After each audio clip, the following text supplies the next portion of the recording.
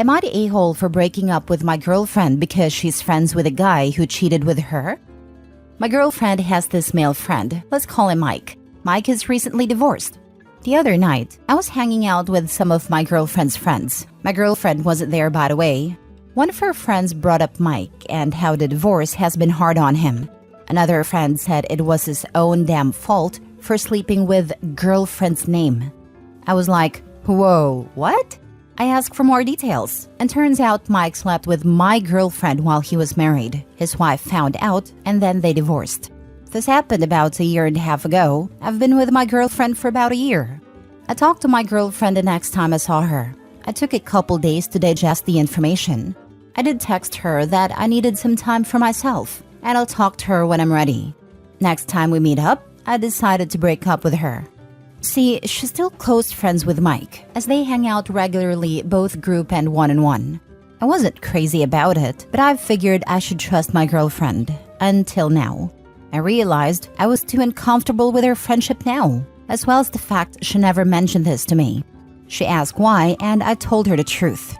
I told her I don't like that she's friends with Mike with this new information, and that I wasn't gonna tell her who she can be friends with, but I'm not gonna be part of this.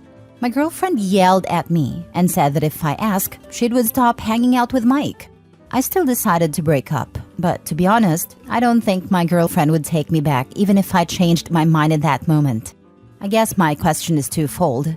Am I the a-hole for my reason to break up with her? And am I the a-hole for not asking her to cut off Mike or giving her a chance to?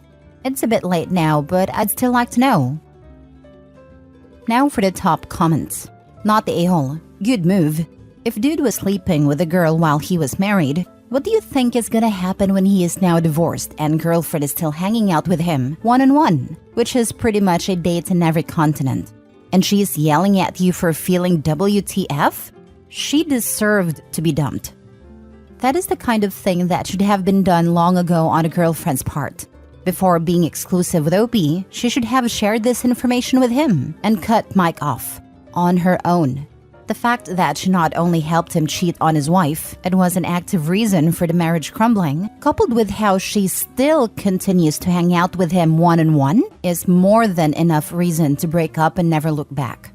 Her morals are not in the right place. That's a very bad quality in a potential partner. This right here. OP was never given a chance to make an informed decision. Girlfriend lied by omission and held that lie for a year. Any reasonable person would have liked to have known the information she withheld, especially since she never ended the relationship and even indulged in one-on-one dates. OP is definitely not the a-hole. The timeline is pretty telling too. Ex-girlfriend gets caught cheating with Mike 1.5 years ago. Mike gets divorced, ex-girlfriend gets boyfriend. 10-1 that Mike and ex-girlfriend gets together within a couple months, and OP was being used as a buffer boyfriend so that ex-girlfriend doesn't look like a homewrecker. I think you're right, outside of the fact that everyone already knows she's a homewrecker.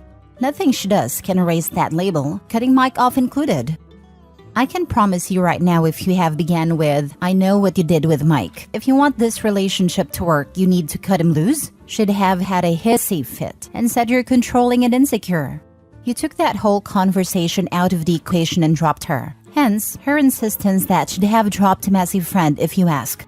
You dodged a bullet, my friend. This woman is a low-class woman. The fact that she was willing to sleep with a married man is ample evidence that she'd do the same to you as well. Yeah, OP, you were extremely cruel to her.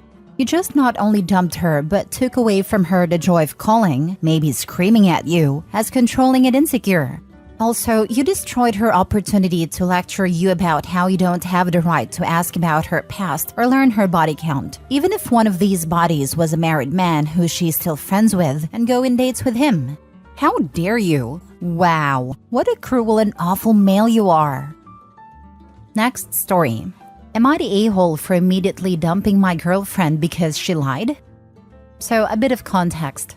I, male 24, had been dating my now ex-female 21, who will be referred to as Kate, for roughly 1.5 years up to this point a few days ago. Having dealt with getting cheated on in high school, I made it very clear to her that I tolerate no level of cheating, and any which case would immediately end our relationship. She stays out of state from me, but not terribly far at only 45 minutes drive between us, so we see each other every other week as we both work and I'm in college.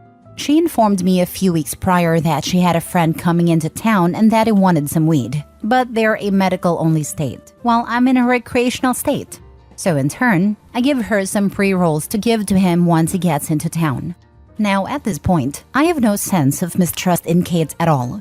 She told a get down about how they were gonna link for a gym session and he'd grab the joints, and that'd be it. I haven't bothered to ask for his name, what he looks like, etc. All I knew is that they went to high school together, they hadn't seen each other in a couple years, and he was coming into town to visit family at no exact date. Now to what happened. A few days ago, I was getting plans ready for a date we had set up the next day. Kate told me she had to work this day, so I was tasked with all the planning.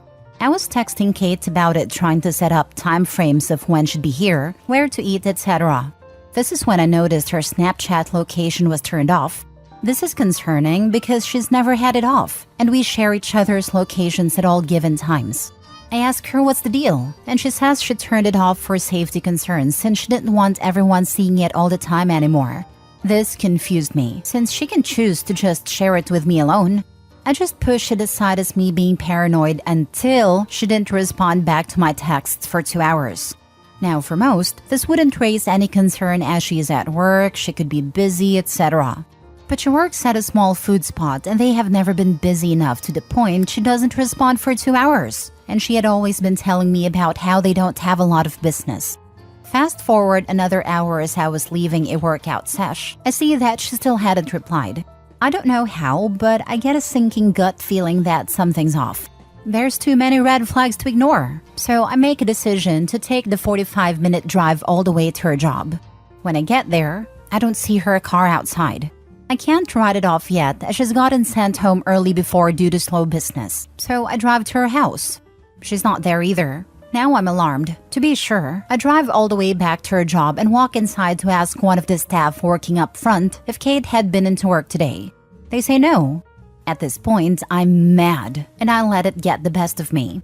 Once I step outside, I immediately text her that I never want to see her face ever again, and I drive home. In this hastiness, I forget that same food spot has a second location, and that she's sometimes been staffed there, but hasn't been recently, which is why it slips my mind. I get home and I'm still pissed, but I realize I could have been wrong and acted out too soon. Until she finally responds to my texts, right at 10:07 p.m. that she just got off work. This added to my level of suspicion because the main location I've visited that she works at closes at 10 p.m., but the second location closes at 9. She's asking what I meant by the last text and called me once, which I declined. At this point, I still needed to close all doors to be sure of myself, so I decided to call her back. I'm under the impression that she doesn't know I stopped by her job, so I keep it that way.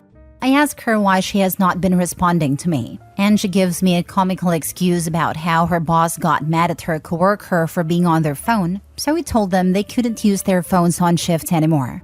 I knew this was a BS excuse, but I needed to catch her slip up, so I trail it to a normal conversation about her day, until she slips up and says that she'd only been working at the main store this whole pay period, and that sealed it. I caught her in a lie and finally decided to ask her the real questions, which went like this. Me: so Kate, so where were you actually at all day? Kate: what do you mean? I was at work all day. Me: I drove to your job and you weren't there. Again: where were you actually at? Kate: I was in the back kitchen with the cooks. Me: I asked your coworker and they said you didn't work today. So where were you actually at all day? Kate: silence.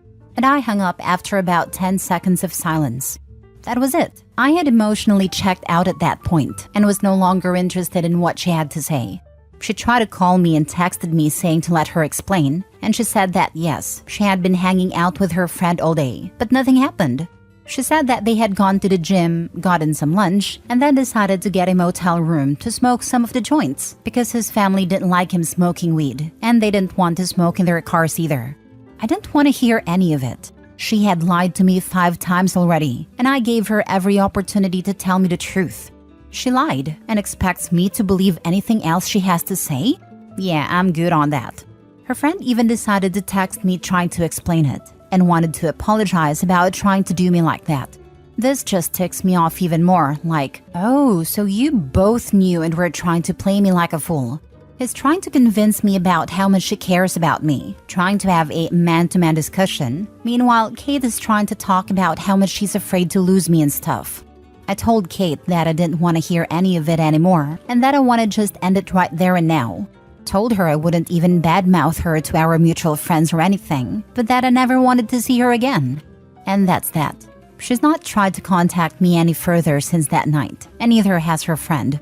She took down our couple's photos on all her social media, and so now I've had some of our mutuals come through trying to convince me to talk to her and work things out, but I've shut them all down. They keep saying that I don't know for certain if Kate and her friend actually did anything. Which is true, but in my mind, lying to your significant other about being at work to spend a day with someone they know next to nothing about is cheating. Am I the a-hole for overreacting? Now for the top comments. Not the a-hole, no overreaction here, and you should be proud in how you handled it. Well said, it is irrelevant if something happened between her and her friend or not. If nothing happened and she can lie that much about nothing, how much would she lie about something? Opie made a smart choice to let someone else find the answer to this question. She slept with her friend. No one rents a smoking room at a motel just to smoke joints, especially when it's not recreational in their state. And I'm sure motels would prefer you to not smoke in the motel room. Not the a-hole. I have never in my life heard of people renting a motel room to smoke a joint. Lol. Exactly what I said, but I was so over her I didn't bother to call her out or anything. Yeah, just move on. Stay focused on school and such. Women come and go, no big deal at this age. Not the a-hole. She cheated, bro. A dabble in funky lettuce. No one rents a freaking motel room to get high. Plus, what's worse is she got Opie to provide us smokes.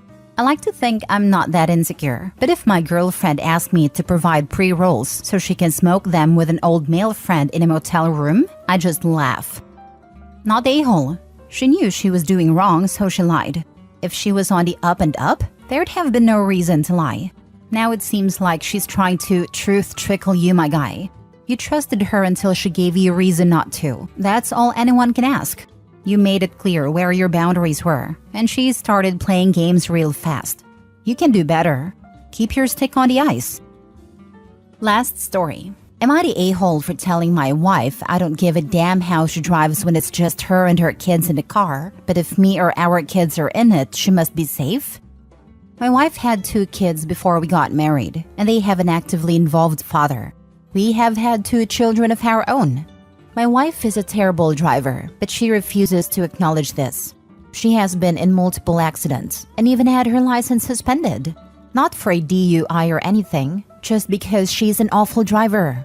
She will do stuff like reach into the back seat to deal with a kid, rather than either pull over or let me or one of the older kids deal with it. She got T-boned in August last year because she took her foot off the brake at a red light to pick up my son's soother that had fallen out. She didn't put the car in park. Thankfully, only she was injured. All 4 kids were in the car. I have had it. I told her that she is welcome to endanger herself and her kids, but that if I'm in the car or if our children are in the car, she will keep her eyes on the road and her hands on the steering wheel. She is finally at the point in her rehab where she can drive again. I reminded her of what I said. I told her that I loved her. I said that her older kids were important to me and that I love them too.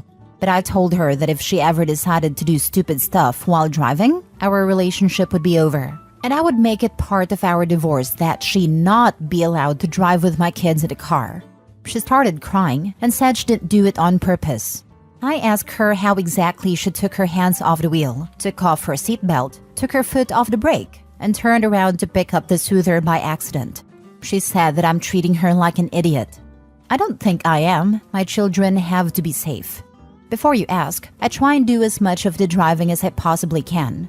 I have stopped drinking when we go out. I traded in my car that I loved for an SUV, so there is room for all of us. I offered to pay for Uber, so she didn't have to drive if I wasn't available. She actually likes driving. Her ex and her parents are on my side. He also told her that if she ever thinks about endangering his kids, he would either go for full custody or ask that she be barred from driving with his kids in a car. Her parents have threatened to stop helping her pay her stupid high insurance premiums. She thinks we are being unfair because she loves her kids and would never intentionally harm them. She just loses concentration when one of the kids needs something and doesn't think to ask for help. She said that I'm treating her like an idiot. Well, what did she expect? She is behaving like an idiot, to be honest. Her intention, doing it on purpose or not, is not relevant here. She shouldn't be driving at all, since she's putting other people at risk. But clearly she shouldn't drive the children. That is the least you can demand. There comes a point where intentionality as a concept sort of breaks down. Maybe she is having the subjective experience of not feeling like she's doing it on purpose, I don't know. But she has been presented with such an overwhelming amount of evidence and testimony from her own family that her actions are endangering herself and her kids, that any reasonable person, and plenty of unreasonable ones, would have gotten the message. If she doesn't believe it, that's on her. In a way, it's actually worse. If a person is so deeply delusional that this degree of evidence is available and she still doesn't feel at fault, she's just straight up dangerous. And probably in way more scenarios than just this one. How far gone do you have to be to not see that your actions are causing this? What else in your life are you this delusional about? My aunt was like this, very nice but oblivious to anything around her. She did not teach her kids to stop and think. One of my cousins died young from something avoidable if he had been taught. OP's wife is careless in other ways most likely. It's a matter of time until someone gets hurt. Intentional or not, her actions are selfish. You're treating her like an idiot because, now hear me out here, she is an idiot. What mature responsible adult pulls that crap while driving? If losing her license and being in multiple accidents wasn't enough to show her that she has a serious problem, I doubt your threat will either. Every time she does one of those stupid actions, she is intentionally harming her kids, or potentially harming them. She could have fixed this long ago. She's just too lazy and in denial to do anything about it. You and her ex should both put your foot down. No more driving unless she's the only person in the car. Period. No exceptions. Any breach of that agreement will be grounds for leaving. By giving her more chances, you are continuing to endanger your kids. Not the a-hole, but don't let this slide. Came here to say this. OP is trying to be too nice. She needs to understand she has been an idiot.